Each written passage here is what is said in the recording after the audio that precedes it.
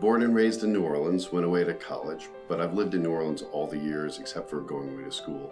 When I wanted to work in 3D, there was nothing here. I mean, no infrastructure. So this is part of how Advantage Capital comes into our story, because without Advantage Capital, we wouldn't have been able to get the investment in New Orleans. There was such a prejudice against investing in a town far away from Silicon Valley. And so we started a company doing 3D animation. And it turned out it's a hard market in general because it's not a large advertising market. And we had this much better idea, which was to make a marketplace for people buying and selling digital assets and 3D models and other creations, computer graphics. And that would sell worldwide. All this is possible really because of that initial funding round, because we couldn't have gotten it off the ground. At that time in New Orleans, there was, even in the year 2000 when we started working with Advantage, there was no companies.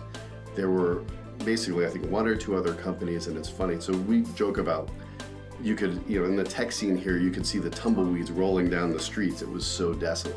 And I love that everybody that we meet, everybody thinks that we're a Silicon Valley company. They're always shocked. Where are you? They think Bay Area, maybe Los Angeles. Nobody has ever assumed New Orleans. I mean, over the years, part of what we've done is be able to create a tax credit to help support like software companies and computer game companies. It's helped build an industry here. And we led that, and we worked with a number of other people. And so the ecosystem here has gotten vastly better.